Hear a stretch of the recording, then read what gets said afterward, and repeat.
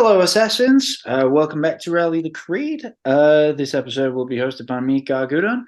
And joining me today is one of our newest members here on the team, SisterlyThrower, also known as Andy. Say hi and tell the audience a little bit about yourself. Absolutely. Hello to everybody. Thank you so much for joining. I am so excited to be here. It's been a great opportunity to meet everybody. I have finally decided to just really dive head first into what I've always loved for years now, ever since I first got into Assassin's Creed to be a part of this team, diving into the lore, the story, the characters with some creators who are just as motivated as I am has been great, and I'm looking forward to it. We are glad to have you on the team. And yeah, you reached out to me kind of out of the blue, but it's been a great addition so far. And we can't wait to see Thank you. everything you've got in store. And that's kind of what I wanted to talk a little bit about today is Yeah, sure. also with kind of the next step for our site, our channel, is we want to get more into video creation. And that's why you reached out to me in the first place. So I wanted to just hear a little bit about, like, with your ideas, where do you see us going? Like, what kind of content do you see us doing? Well, I don't even know if I've been here a month yet, so I'll uh I'll answer this with a grain of salt, but it's it's kind of best summed up to me by something that I believe both you and Colin have talked to me about both individually, which is just being able to look at things from a perspective that nobody else has before.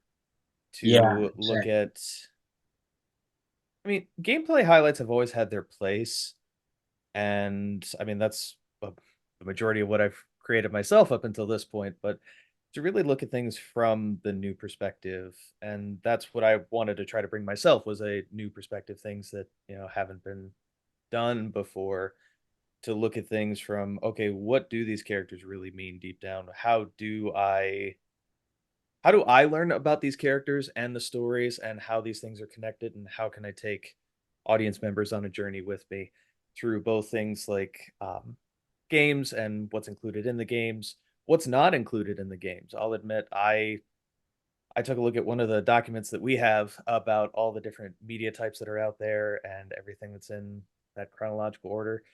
I didn't know half that stuff existed. Wow. Yeah. So, For sure. I mean, it's interesting you say that because it's something I suppose we have done a little, like other discussions like this. But if I am hearing what you're saying correctly, yeah. doing something like kind of historical breakdowns, like take key events from the games or something and kind of compare Yeah. them to their real life counterparts. Is that what you're suggesting? That's definitely one of the plans. I'm trying to Mhm. take advantage of the fact that I have a couple of universities nearby to where I'm physically located. Yeah. And that's one of the farther off plans, to actually get a historical expert on the line and say, Wow. what could we take here is, actually happening? What did they maybe take some artistic license with? And Yeah. where is there maybe some gray area to say, okay, No, let's. there's definitely something there for sure. That could be fun to do. I mean, everything from kind of with the games I've been replaying myself lately, everything from Bonfire of the Vanities and what else, like the British raid on Nassau. For And sure. maybe do some of the more like that's what I also like about AC, I suppose, is that some of these historical events are kind of like sleeper events. Like you only really know Hmm. these if you're like a hardcore like history nerd or you have decided to dive into this era specifically. It's not stuff they'll teach you in Absolutely. school or something. It's essentially just like what Age of Enlightenment, World War II, Cold War. That's it. Hmm. Um, Definitely. so that could actually that could be very fun for sure. Yeah, it's one of the things I've got sort of percolating in the background to try to find, just who's qualified to speak on this and who's there to give that comparison. Because, like you said, I mean, I'm actually playing through AC3 right now myself, Right. and I'm in a bit of a unique position to be able to say that I did learn a lot of this history being, born and raised here in America. But even some of parts of this, liberation, for example. Yeah. the entire history of, you know, the Cajun territories and Louisiana and that culture. I don't know anything about that, and I've lived here in the States the entirety of my life. So I fully agree with what you're saying that even if geography happens to place you in an area where technically one of the games is based, there's still parts of this that are fun to explore and fun to look at. And It's funny because recently I've also been kind of browsing around the National Geographic section of Disney Plus a bit. There are like some different programs and stuff which is kind of like in the time of AC or kind of like is a predecessor to stuff from AC. There was an event that was what was that called? I don't remember exactly what it was, but it was in 1588. There was this massive naval battle on the south coast of England, which between Spain and England, which actually kind of like set the discourse for the next 150 years. Who would colonize the West Indies first, and all that right. stuff, which is definitely a predecessor to the era of Black Flag. Oh, for sure. For There was sure. also a we're going to do some content on that. Maybe it's already been done by the time this will be up. But on I also watched some stuff on Port Royal in Kingston, if you Oh remember. yeah. Yeah, yeah, yeah. That was apparently this massive city for years until it got ravaged by natural phenomenons. Also, Mm. being built on quicksand pretty much. Didn't help. There on Right. on this little like dingle on in southern Jamaica. Mm, Um, but that's the thing that the history of AC is so vast, and there's so many characters and events that you were like absolutely. some real professional historians have worked on this, and it could definitely be fun to maybe if we could get like professors and stuff like that on the line to talk about some of those events. Definitely. Definitely. I think it'd be good. I think it'd be going back to what I said, something that we haven't really seen from content generated by the audience and by the fan base Yeah, before. that, and then kind of like in continuation of what we have kind of started doing is Yeah. I would love to see us do more like, analytical and theoretical breakdown stuff. Like our Oh yeah. Edward's tattoos video. That was actually a script I wrote years ago. That was a good one. Um, and I made it on my personal channel, which is kind of been repurposed at this place for more music things. And then I decided, hell, why not re-record it, rewrite Right. it a bit, and do it here. Kind of like the little details like that will kind of set us apart from other creators and stuff. Absolutely. Absolutely. Yeah. Um, no, it's some good ideas. I like how we're just coming up with the future of the channel this openly. Some of it. Um, Yeah, definitely. in that lane, what do you think maybe are some kind of like Edward's tattoos? What do you think maybe are some like moments in the games or characters or stuff where there might be more meaning if we like go a level deeper? Oh, I'd have to say that I would almost want to start with I, I don't like making generalizations, but my brain immediately jumps to the games that people almost sort of pass over in terms of, oh yeah, didn't really like this one. Mm, Like I remember hearing all sorts of pushback from AC3. yeah, Like, yeah, the game's cool, but Connor as a character I like didn't Connor. really. I liked him too. I don't know what people were talking about, but I He remember maybe he reading all doesn't. these reviews. Yeah, I mean, maybe he doesn't have the same like depth that like someone like Ezio has, but I like the character. There's Yeah, potential for more, and while I don't think AC3 is like a perfect game gameplay wise, there are still the real gems, and the frontier map is absolutely gorgeous. oh yeah, love the frontier, and just really almost giving Connor a chance to stand on his own and understand just the complexity of who he was to try to navigate between his world and the world of the colonies. And really just the interplay there. It was something I always wanted to explore more of, especially from that light of saying, what did history look like according to the history books, and say, who were the people trying to navigate the relationship there and making that work, understanding where the gray areas are and how the game was able to answer some of those. Yeah, for sure. In general, I think the whole like what I like to call like the American saga there Mhm. has like a lot of it's more modern history and I suppose is Yeah. the most mainstream historical events. But there are definitely some layers to it. Like I love Rogue as well, which is kind of like a prequel to AC3. You have the Sure. main game, Sure. and I've always thought like a sequel, kind of like yeah, the US trilogy would be so cool. Kind of like the aftermath of the Revolutionary War. We get to see an older Shay Cormac and Yes. such and such. We get to see his children, and we get to see Connor's canonical daughter, and Hmm. maybe even we see Arno take a transatlantic trip or something. I was going to say, I was just reading your Discord post about this Yeah, earlier, and I thought it was a phenomenal idea to yeah, just really bring those characters together because there was so much about them that I loved playing individually. Just the very notion, because I remember playing before I played Rogue. I remember sitting down thinking there is no chance that I'm going to get involved, really deep in this story, because there's no possible way I could see how someone would leave the Brotherhood. yeah. And then partway through, I'm thinking, I get it now. I don't necessarily agree with it, but I get the logic. And I became so entrenched with that. And to see someone who was born into that life, at least from everything I remember, Shay was pretty much born into it from at least a very young age. I'm From blanking what on I his history. remember, the story was it was him and his friend Liam there. Yes, They were like, parents are Irish immigrants in Boston, I think it was. Liam went on to join the Assassins, and Shay kind of joined just to go along, but it wasn't his natural calling, which comes across so brilliantly in that story as well.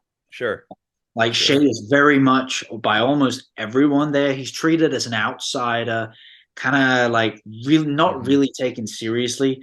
Yeah, why are you so surprised when he comes crossing all of you off the list one by one? Then That's fair. That's yeah, fair.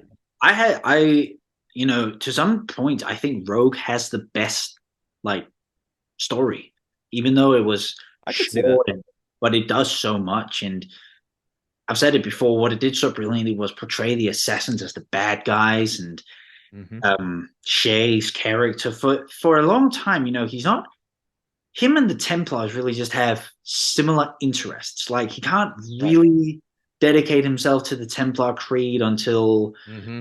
so and so much later. But Sure. and some of the kills, like he's not like he's not feeling good about it. Like Adewale, Hope, to some Yeah. point Liam, and yeah, Rogue was just a Yeah, for brilliant sure. game. Absolutely. For sure. Um, Getting back to like our content plans though, we Yeah. have started doing it a bit, but something I want to keep doing, and that we're gonna do a few of us. We're gonna take some of the things from our Isu network page on X, it's called now, and we're gonna, in the sense of like historical facts and stuff, kind of turn that into like a little video series, maybe explaining a little more than Hmm. 140 characters allows us.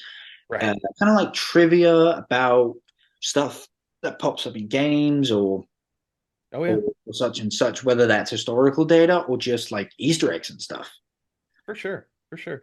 And that's one of the things that really drove me towards this series so powerfully all those years ago when I first got into this, because you play some other games and you play it once through and you think, okay, I got a good grasp on what happened. I got a good grasp on the world and the characters.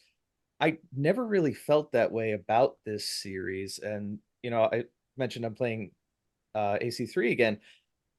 There are things that I'm picking up here that I just completely went over my head as Yeah, far as the first time I played or the second time I played. And that's one of the things I love is to be able to continue to pull those things out and say, yeah, I played this a bunch of times, but I never knew this. And I can only imagine how many things are out there for me, for anybody watching this to say, yeah, I didn't know this. Like the post the other day about the video at the end of um, Brotherhood. Which one? I think I must have missed that. That was pulling together all the glyphs Oh for yeah, the Subject truth. 16 thingies. Yeah, yeah, yeah. That was Yeah. something like I can't even tell you how many times I played Brotherhood through. I I love don't think Brotherhood. I knew that specifically, but I will say I did always recognize how, yeah, it looks like a human face. Hmm. Just recently, from when this is recorded, I decided to replay AC2, and that story isn't really complete without doing Brotherhood 2, Sure. and it's just something so classic about AC2. Even if it's not my Hmm. favorite, like gameplay wise, it is perhaps a bit thin and stuff. Just something so classic about it, like the feel, the Yeah. everything about it. Oh, I fully agree. And Yeah, so much of it for me was just, and I got nothing but love for the first one. But eventually, come like the eighth, ninth targets in the first game, I'm saying, okay, I get the gameplay loop here. I can very clearly see this. But to see how greatly the gameplay elements had changed and the characters had changed and the strength of the world had changed was part of what endeared two to me, in addition to just how it felt, on its surface. So I fully get that. I love two.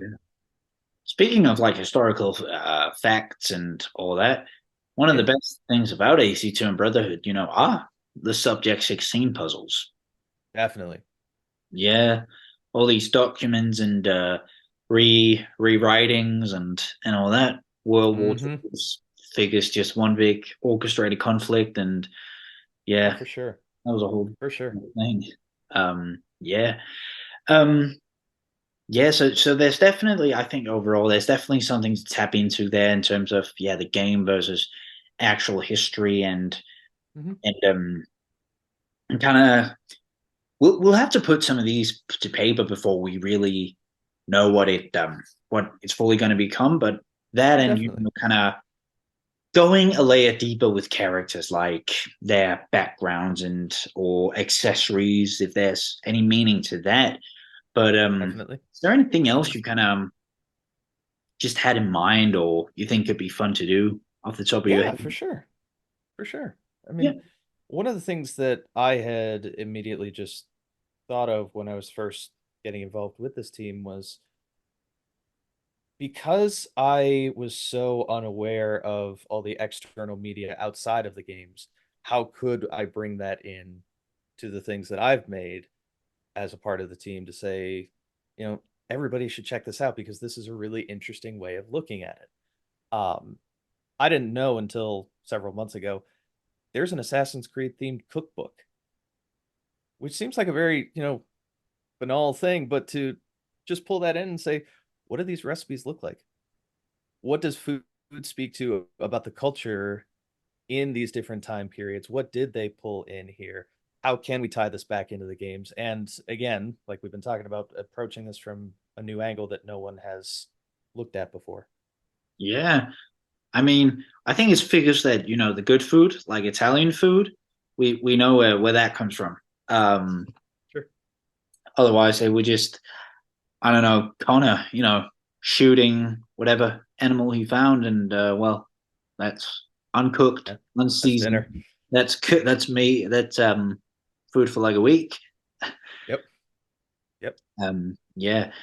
No, there is definitely, yeah, as I said, overall, this whole like video creation aspect is definitely a new territory for us. And it's like the one thing we really hope to expand throughout this year and the next months also as we build our video team and such. Definitely. I wanted to hear your take on because that's something I did a little bit back in the day, kind of like on my Yeah. personal channel.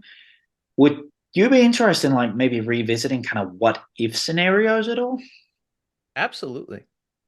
That would just Absolutely. Only thing that will require would be getting out our best like fan fiction brains, I suppose.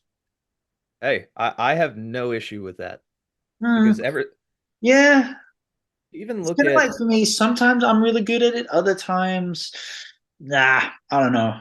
Maybe I'm not the best like writer like that. well, I think with any video creation process, there's always matching excitement with quality. Because yeah, I can cook up some half-brained idea in 30 seconds about what a what if scenario, but to really look at it and say, okay, based on these other events that did happen and what this says about a person and how they interact with each other with other people, yeah, I could see something like this happening with this one critical change at this one critical juncture. Um, like we were talking about Shay Cormac decides to come back to visit the colonies. Yeah, What does that look like? absolutely. I always imagined, yeah, like they're in the 1790s, maybe like an older, but I suppose no less deadly Shay maybe set out on a revenge crusade, like for Hatham Sure. or something. Kind of like what Connor spent like 10 years trying to build, he just tears down in like a week. I could see Did it. it Yeah, once, he can do it again. Tear exactly. down the entire colonial brotherhood. Um, Exactly. you are right. If we were to get back into like the what if territory, I think we would have to kind of not just any event, more like the critical events. Like, Yeah, um, what if Ezio had been home when Palazzo Auditorio was ransacked or something? Or definitely. we kind of really put a different twist on like a character's final days, or what Hmm. if, I don't know, Aunt Bonnie agreed to go back to England with Edward, For or sure. something. Not just like something that happens in the middle of any game is like, oh, what if that? Kind of like the real critical ones. But I Oh mean, if we yeah. can find the right angle on it and such, there is definitely some potential there, I think. Yeah, I mean, I suppose we'll just make some of this up as we go, and I'm also excited to hear more about your ideas as they take form a little more. And also feel Definitely. like we shouldn't discuss everything. This just here spoil everything immediately. Of course. Of course. But there is definitely some good ideas, and I think we've already gotten on to some interesting things. Other than that, like just to kind of get you more introduced to Yeah. the team and our audience here and stuff, maybe some basic questions, I suppose. Favorite Hey. AC? Oh. Oh, I love them all so dearly. And um, what I've ultimately decided on gets me some dirty looks from some people, but I actually have to go with Unity. That's a fair take. I mean, I gotta go with it. I Because think one I of the said things, in a previous thing is that Unity is a game that's kind of like in recent years, that's where the love has really come towards the game, and people say, "Oh, it's actually a masterpiece," and all that stuff. It just yeah, had a shitty launch. That's it. so much of what that game could have been got hamstringed by that launch. And everything from the central story, trying to bridge that gap between the Assassins and Templars through that romance, and is that possible or not? Everything from that on down to what they tried to do with, yeah, I think it would be amazing to go out and be an assassin with my buddies. Yeah, I Being able to mean, play this together and interact in the same world. I have so much love for that game, and could it have been better? Of course, but that's got to be the favorite for me. I did play it like 3 years after original release, so my experience with it was pretty smooth. Um, Okay, um, and I have said before, I think, is that in reality, like since it was a new engine built for new consoles at the time, like sure. maybe they should have given it just another year instead of rushing it. Like we need to keep this a yearly Yeah, franchise and just I don't know, have gone with Rogue that year. Um, something like that. Yeah, yeah, or something. And in the long run, like is also with looking at where the franchise is today, I think Unity being rushed is kind of like the like the Nexus event, I suppose, or I could see what that. I'm forgetting. Like the fact that that game was rushed, terrible reception, things needs to go on a break, and I could there see was a it. lot of like ill will towards AC after that. A lot of Hmm. people said Syndicate the year after was actually a really great game. It's one of my favorite AC games, but then again, some people were like AC, or that's a thing of the past. Didn't they give us like a an unfinished fest last year? Right, right. No, I could definitely see that. I mean, I can appreciate the fact that they were able to look at it and own up to it. Should it have happened faster? Should they have been able to predict that beforehand? You can make the Yeah, argument, but the game was just rushed. Like, should have yeah, come out. Maybe even just like a few months later would have solved it. What was it? It was the no face glitch to the being stuck in the air yep, to yep, saves being deleted and reset to I yep. don't even know the full gist of it. Oh yeah, yeah, and the big draw for the game, come be an assassin with your friends. If you're gonna Oh, co-op market didn't that, work either, I suppose.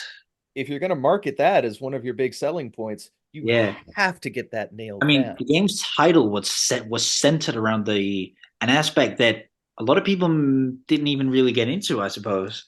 Exactly. Exactly. I remember even a friend of mine had contacted me some years, quite a few years after Unity had released, and said, hey, I want to try these co-op missions with you. And I said, yeah, sure, we'll stream it. We'll do it. We'll have a fun time. Even that many years afterwards, we're still plunking through and, oh, we're not connected. Oh, we lost the connection. Even after so many years, to just have that in such a clunky It's going to be a state, it's decade just, old later this year. yeah. Yeah. Um, yeah, I mean, personally, I was always kind of like it. It was never my favorite AC game. Like, there Sure. were some elements from the previous ones that I felt like were missing. Kind of like, oh, it's back to just the like a lot of the very broad elements that made it feel big in AC3 and Black Flag, like multiple maps, hunting, Hmm. crafting, all Sure. that stuff. All that kind of being reduced to just the city was kind of like kind of a downscale. Then again, the game did That's so fair. many things right. Like customization in that game is unparalleled, Hmm. and I mean, it was a fun game. Still, like the new stealth mechanics were really great, and Yep. there were some fun side activities Yeah. and all sorts.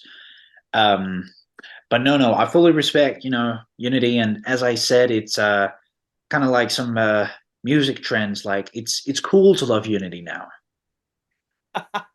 Fair Yeah, enough. Fair enough. kind of like new metal has had a resurgence now, and like if you don't like it now, well, get out. As opposed Right. to when it came out, everyone hated it. Yeah. um, but no, there Good have been comparison. some like parts of the community where that has just been Unity stands for years, like No Shame Hmm. and all of that stuff. For sure. Yeah. Um, would that also mean that like maybe Arno's your favorite assassin, or would that title go to someone else? Ooh. For a while it was Arno. I just had so much fun with Valhalla Yeah. and Eivor and exploring, like you said, what was to me a very previously unknown time period of history. I I think Arno ultimately wins out just because I respect that even in the midst of being an assassin and being locked into that conflict to say, hold on, I know I'm the new kid on the block. I know I'm the new guy here, but I'm going to stand up for what I believe in enough to say, are we doing this the right way? Can there be peace amongst us? Can we make this happen? Forget the past how many thousands of years that this conflict has gone on. Just because things have been that way doesn't mean they always have to be that way. And to have the courage enough to say that and be honest about that, I respect that. I respect that as a character. I know people said he kind of came across a little flat sometimes, but I One of my respect him for his. one of the next episodes here that I'll be hosting, I plan to kind of make a deep dive, like a real philosophical deep dive into both the Templar and Assassin codexes. Mhm. We're going to get into all that properly there, and like all the characters in the ground and such. But it's Sounds interesting good. because people say that was kind of the real premise of Unity's story, was that it wasn't really the French Revolution was really just the setting. Everything else was kind of Right.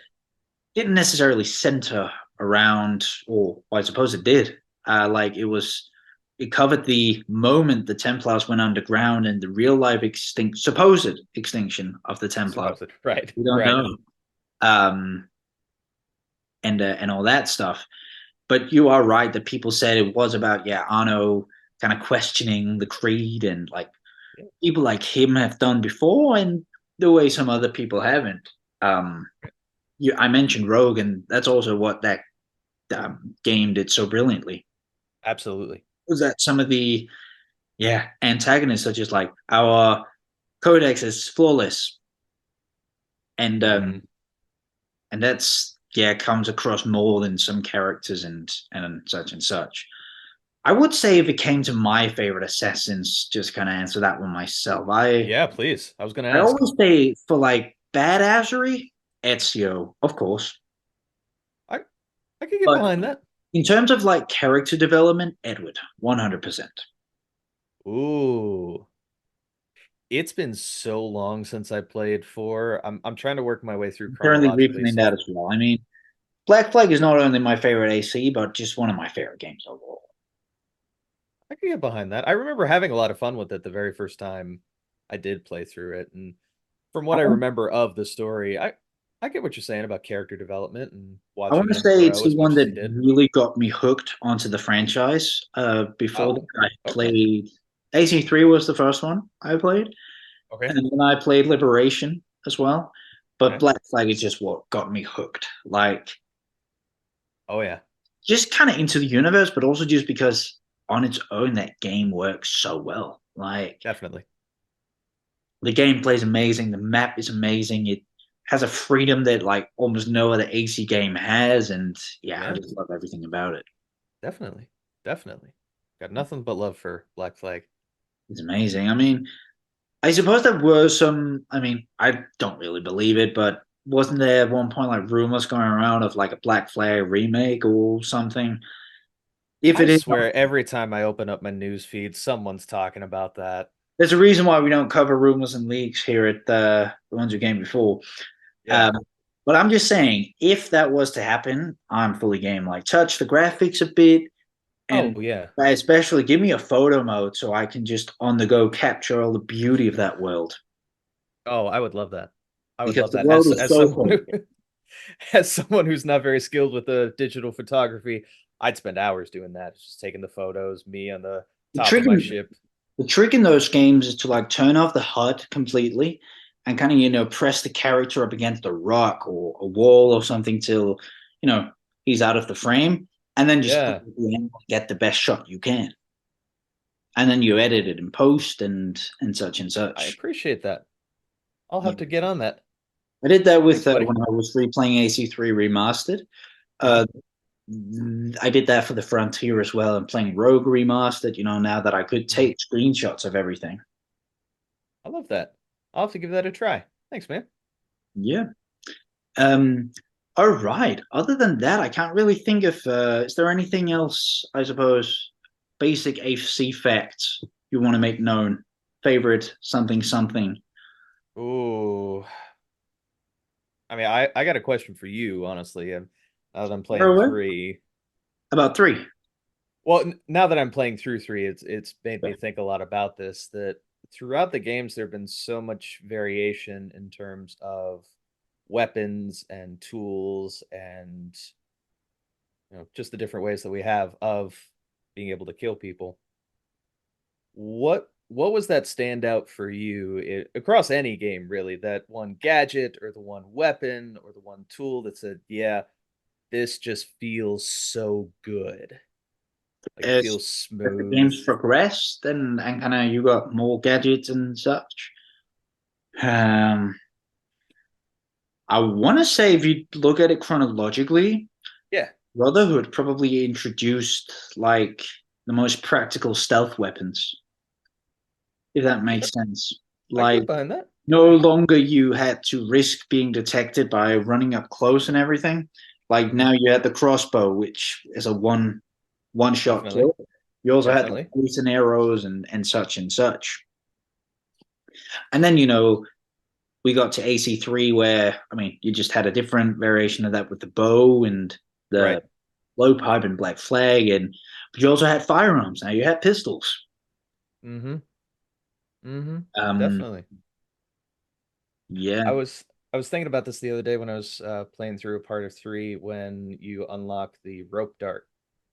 Oh yeah. That's like as you also becoming like officially becoming an assassin and such, isn't it? Mm-hmm. And just it struck me that it's not just the weapon for the kill itself, but just the psychological impact, from the enemy perspective, that all of a sudden I turn around and, oh, the guy that I was just patrolling with is hanging from a tree. This is terrifying. I got to get out of here. It just I struck me in always that moment is that this is a really interesting take on this beyond, not that I have a problem with things like the swords or the firearms or anything like that, but just being as creative as they could with it. I really appreciated the rope dart. yeah. That makes me also just think of the air rifle, which from Rogue Oh yeah. was like everything in one, grenades, darts, everything, and the Phantom Blade was quite cool as well. Oh yep. Um, Yep. I actually thought that kind of like an early version of the rope dart. What if in this we mentioned hypothetical AC3 sequel, like someone Shay passes the air rifle onto someone, uh, attaches like Okay. a rope dart to it to kind of like serve as a rope launcher of kinds. It's just something that like Interesting. into my head. Interesting. From like a traversal perspective? Uh, maybe I was just, I mean, you couldn't really do that without getting into my whole idea about that and like what I imagine for a story and Oh, sure, sure. such and Okay. such. But it would just be a cool modification, I suppose, for the air rifle, like Benjamin Franklin or Yeah. someone doing I can that. get behind that. I Yeah, like it. I like it. yeah. I suppose we could talk about that for a minute. My hypothetical ideas for a like a yeah the AC3 sequel there. Like I said, I essentially just imagine it's kind of like the aftermath, like an older Connor and older Shay. They have a big face off, but both get like too injured to keep going. Plus, they're more or less seniors at this point. Right. They start training their children, their spouse, passing the mantle on to them. One is an Yeah. assassin, one is a Templar, and you could kind of tap into the unity thing there again. Like maybe Definitely. since we have a male and a female, like do they become love interests Yep. and then they do think, and especially someone that comes from Shay's background, like there must be some doubts planted to even the Templars there. Yeah, oh yeah. And it was canonical that Shay had a son, if not two, and then there was a grandson as well. And Yeah. it could even be something like, him and the assassins, they have similar interests, but he cannot fully join the assassins based on everything his father has told him. But he doesn't Right. really believe in the Templar creed either. Yeah. I could easily see something like that. Then And it could be there that, yeah, Shay passes the air rifle on to his son, and and somehow he meets Ben. Both Connor and Shay were acquainted with Benjamin Franklin, and I'm pretty sure he was still alive there. Was he? Late 1790s? I believe so, yeah. Yeah. Or some other tech genius like modifies the air rifle to put a rope launcher on there so you can be Batman around the trees I or like it. something. I like it. I just think that would really make like the North American saga there go full circle, and it is one of the locations like we've visited the most at this point. Yeah. Yeah. And I would be interested to see a lot of potential potential angles there, and even to even to relate the similarities and the differences between, okay, I'm Shay. I joined this conflict between the Assassins and the Templars just because I want to follow my friend Liam, but I wind up getting embroiled in this and wind up switching sides. I didn't want to get caught up in, the popular crowd, but this is reflected in my son, because does my son want to necessarily get involved in this conflict? Does he have doubts about getting involved in this conflict? This is my dad's conflict. This is something that was forced upon me that I don't necessarily agree with. And for someone who made such a radical change, I would be interested to see how he would handle, those doubts coming from his son. For sure. Because it is kind of a mystery. Like, where was Shay during the Revolutionary War itself? Last we saw him, he was strutting around Paris. Yeah, So, like, did he move to Europe for a bit, or what really happened? fair Did he question. I return to the mean, Americas? And plus, Rogue ends, and Unity technically begins with Shay kind of saying something that kind of leads up to, oh, are we gonna get revenge big time? mhm. But Yeah, honestly, I think some of that is best saved for maybe a future episode, just really covering the return to the Americas in depth, if that's ever I to can see that. happen. And it doesn't have to be the United States. It can be, No, Columbus discovering America when it's yeah, really us Nordic people who should get the true uh, credit for that. But definitely.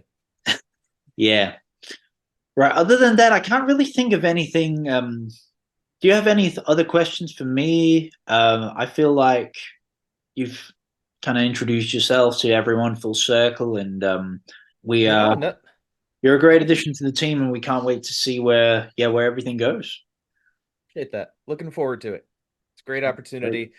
Surrounded by some great people now, and I'm looking forward to all the stuff we can create together. All right. Is there anything else then? No, the gadget thing was really the big question for me. Oh, that's interesting because I will also say that that is something that has kind of maybe ever since AC2 and up till Syndicate, it was pretty much a thing that there was always a firearm. Yeah. Um, and is that something we'd like to see the return of? That would also require going up in history again. Yeah. I remember reading something a long time ago about how you have to balance putting firearms into the game, more so from a gameplay perspective than anything. I mean, Because if you jump too far, the firearms it'll, become it'll, efficient enough that who really carries a blade yeah, anymore? it'll be a Far Cry game then. Exactly. Exactly. It would Uh, turn into Far Cry. yeah. Um, I mean, as long as we just don't go up to the Wild West past 1875 or something, we should be good. See that? Like as long as repeaters and semi-automatics don't exist, we should be good. Plus, AC in the Wild West, as cool as it sounds, like Red Dead Redemption already exists, and Very good point. Very yeah, good point. and I and doubt they would want to yeah, step on that territory. and I love that game for for what it is, and Yeah. it is the like Western experience Oh, yeah. for No doubt. sure. No doubt. All right. Other than that, I don't want to keep you more than I have to right now. I just want to No, say all thank good. you for joining me, and thank you to everyone for listening to this episode. We will, of course, be back with more Rally the Creed episodes, some hosted by me, some hosted by my teammates. And until those come out, stay safe, Assassins, and make sure to subscribe to our channel here for all of this content, existing and future stuff we've talked about here. And of course, make sure to follow us everywhere. With that, I have been Gargudon for the ones who came before. See you later, Assassins. Peace.